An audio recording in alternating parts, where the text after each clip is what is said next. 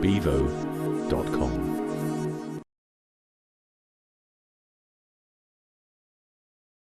Philip, in this economic climate, a lot of CEOs are saying this is a time to really cut costs in the marketing department, whereas media sellers are obviously saying this is a big opportunity to grab market share and spend more.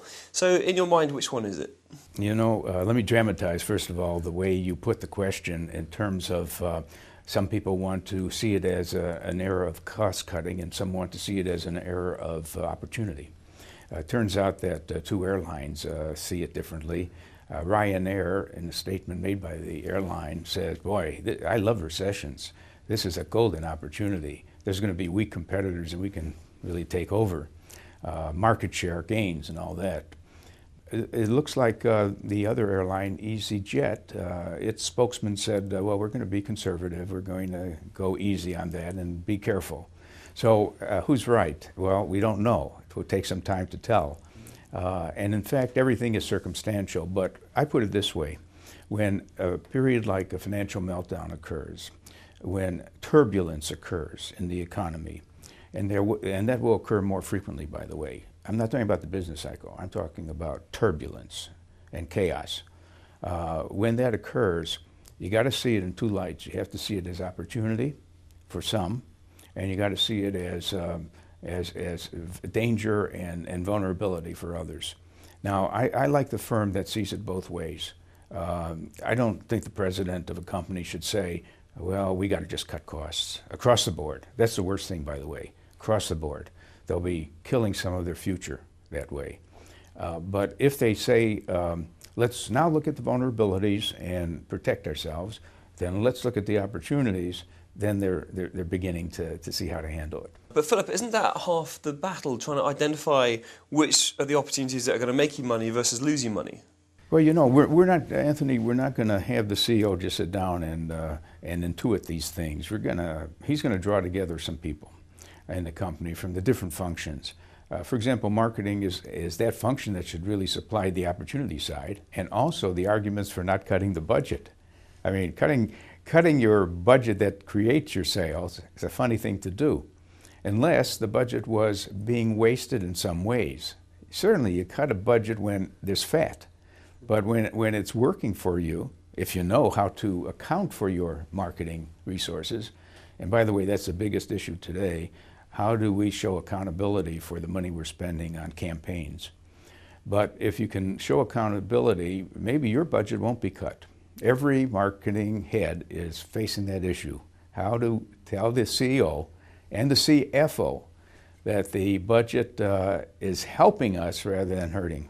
It's a bit silly to cut a cost that's generating you a 300-400% ROI. That's just killing your profit, isn't it? The link has to be proven between expenditure and sales and profit results. Yeah. It's easy to prove, by the way, in direct mail because you know the cost of sending out your mail and offers, and then you know how much response you got, and it's ROI, straightforward.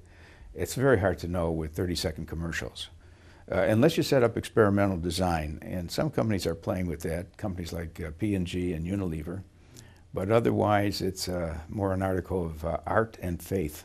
Let's talk about accountability and how to measure the marketing spend. I mean, it's easy, as you said, in direct marketing, direct response, you can measure it. But in non-direct response, direct marketing arenas, how do you identify ROI on your marketing spend where there's intermediaries involved, for example? Well, the key idea is this. Suppose we can put commercials into neighborhoods, and we have some comparable neighborhoods. I mean, they've been both buying as much as each other. And then we put more budget into one neighborhood and less in another. And then we do recall scores and recognition scores to see if they remember seeing it. But we also see what they spent. You have to also have links to the stores where, like Tesco or whatever, to find out what happened. And then you might say, look, we spent twice as much in this neighborhood than that neighborhood, but they were the same at the beginning. And look at the sales difference. We have to attribute it largely, unless there's other causes, to expenditure differences. That's hard to do, but that's the theory of trying to get some measure on advertising expenditures. A lot of people are talking about how you should operate in a recession like this, but this isn't just a normal recession, is it? This is something slightly different. This whole financial meltdown has been a shock to all of us. I hope the U.S. isn't being blamed entirely for it, though it was the result of very loose credit standards and practiced by the U.K. as well, and some other places, and that's why it spread so fast. I'm trying to get at the bottom of what companies should do during such a dire situation. And I'm preparing a book, which is now finished actually, called Chaotix. That's the single word, but the subtitle is The Business of Managing and Marketing in the Age of Turbulence. And we think we have a lot of things to say. It's just too bad we can't get the book out tomorrow. You know how books are, and publishers. It's got to go through the whole routine, and it will probably appear in May. And by the way, if the financial meltdown is over and we don't sell the book, that's fine with us. That's good for the world. However, when it does come out, it's going to talk about the need for companies to do a couple of things. One is to have early warning systems. That will catch things happening that they see but didn't pay attention to. You know how things are, the future's already here in some places, if you could only scope it out. The second thing is we advocate the preparation of scenarios. Good scenario, normal scenario, what if the worst happens? And preparing a strategy for each scenario. Now, you have to still make a choice, and that depends on how much risk you want to take. If you want to take just a little risk, you probably will go after the promising opportunity-loaded scenario and the strategy that goes with it. If you are risk averse, you probably will play safe. So we can't give the advice on what scenario makes sense because it's uncertainty. The whole point is it's uncertain what's going to happen.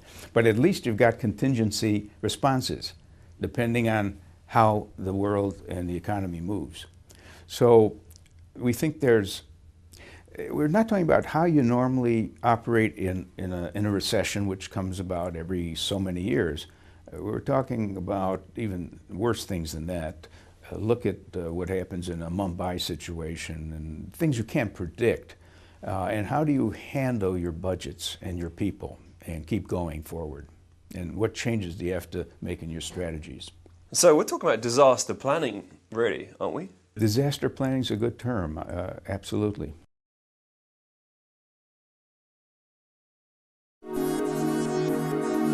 Bevo.com